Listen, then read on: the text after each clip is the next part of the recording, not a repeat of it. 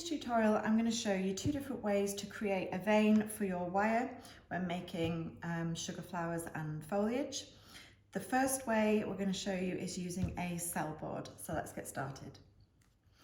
So I've got some conditioned flower paste here, which I've just needed some tracks into to make it extra pliable and give me a little bit of extra time to work with it before it starts setting.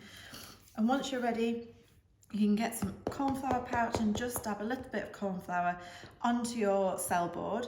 Now you can see this cell board here has 5 smaller veins and a larger vein. You can get all different kinds of cell boards, all different configurations and sizes. So whichever one you've got, just pick the size of vein that is suitable for the size of petal or leaf that you are working on.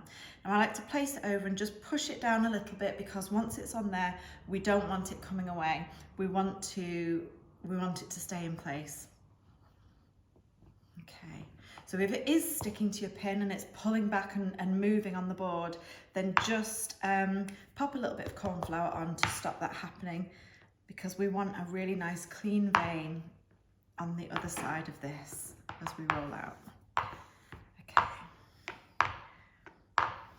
Now obviously if you were doing lots of different ones, you could roll this paste right across here and get 5 cuts, 5 different petals, as long as they don't go wider than halfway across each time.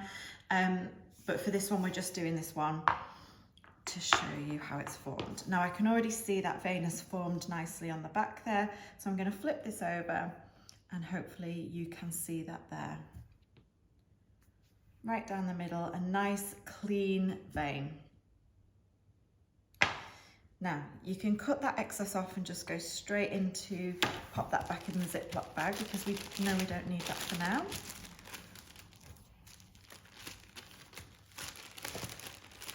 And we can go straight and get our cutter. So this is just a rose petal cutter. So I'm going to demonstrate how we can use this now. So I'm positioning this. I don't want the vein right to the very end of the petal, because that's going to give me some chunkiness right on the very edge of the petal, which we want to be nice and fine.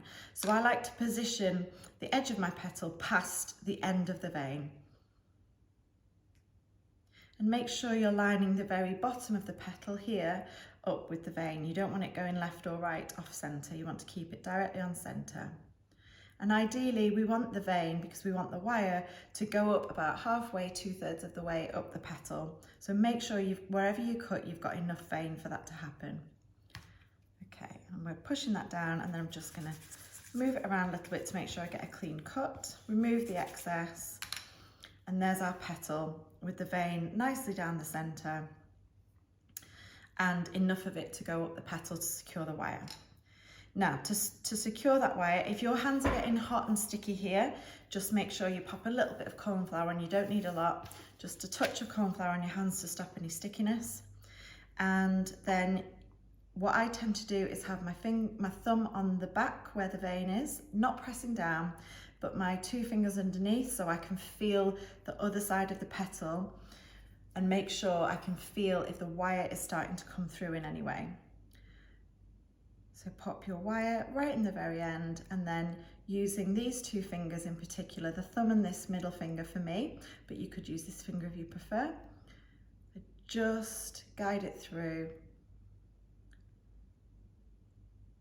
making sure that I'm moving my finger along so it's keeping the wire from popping through front or back as you push it down the length of the petal. And that's it. And then that's ready to go and vein and ball tool and thin and shape into your finished petal. If the wire is loose at all, you can just pinch at the bottom there to secure it, but it shouldn't be. You should be absolutely fine. And then you can go ahead and do whatever you need to do with it on the mat. Okay, so the second way of creating your veins to make petals or leaves that are wired is to use the twiddle method. So for this you don't need a cell board, and I find that typically half of my students will like the cell board way and the other half will like the twiddle way. For me, the twiddle method is amazing if you're making lots of the same things, like lots of the same petal, and you've got a bit of a production line going on, or you know, if you've got a load of foliage to make, for example. The first thing we're going to do is roll out the paste to the thickness that we want the petal. And then cut your petal out. And then pop that in a stay fresh mat while you create the twiddle. Then with a tiny bit of your excess paste, we've got our wire here. So for this I'm using a 26 gauge wire. Just take a tiny piece of paste off and get the rest popped back in your Ziploc. And you want to make sure that this is really conditioned, because if either two parts, either the petal or the twiddle, are drying out, starting to dry out, then this isn't going to work as well as you want it to. So we're just popping the ball on the end of the wire, and then between our forefinger and our thumb, we're just twiddling that paste down the length of the wire to the length that we want it for the petal. So you can use your cutter as a guide. So if we wanted this to go about halfway up or 2/3 up, that would be the height of the twiddle that you make. And then any excess, we're just going to pinch off. And again, just pop back into our Ziploc bag for the next one. So then we've got our petal and we have our twiddle. So whichever veiner you've got, just pop your twiddle onto the back of the veiner there. Pop your petal directly over it, making sure that the bottom of the petal is lining up nicely with the bottom of the twiddle.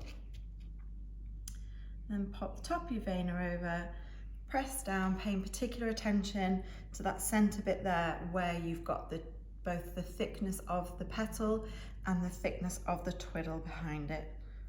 We want those to stick together, which is why it's important to make sure both elements, the petal and the twiddle, are nicely conditioned. If they've started to dry out, they won't stick together. Okay, then you can remove your petal from the veiner and see that the two, this is the back, have completely combined and attached your wire to the petal. Then you can pop that on your foam mat, ball tool round and shape it as you normally would. So here are our two petals that have been veined and attached to wires. They've yet to be ball tooled and shaped, but you can see that the wire is securely attached to both petals, but using two completely different methods. Give them both a try. The twiddle one can speed you up, but really be careful that you are conditioning properly both parts, both the two elements of paste, so that you're not left with anything that's going to risk falling off as the petal dries.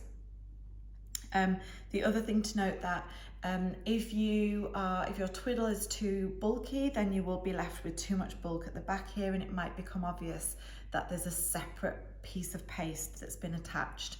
So particularly if you're doing this for competitions, you might want to pursue the cell board method, where it's completely made out of one seamless piece of paste, but for speed and for business reasons, you may want to try the twiddle method to just hurry things along a little bit. I hope you've enjoyed this. Let me know in the comments if you have any questions, and don't forget to subscribe.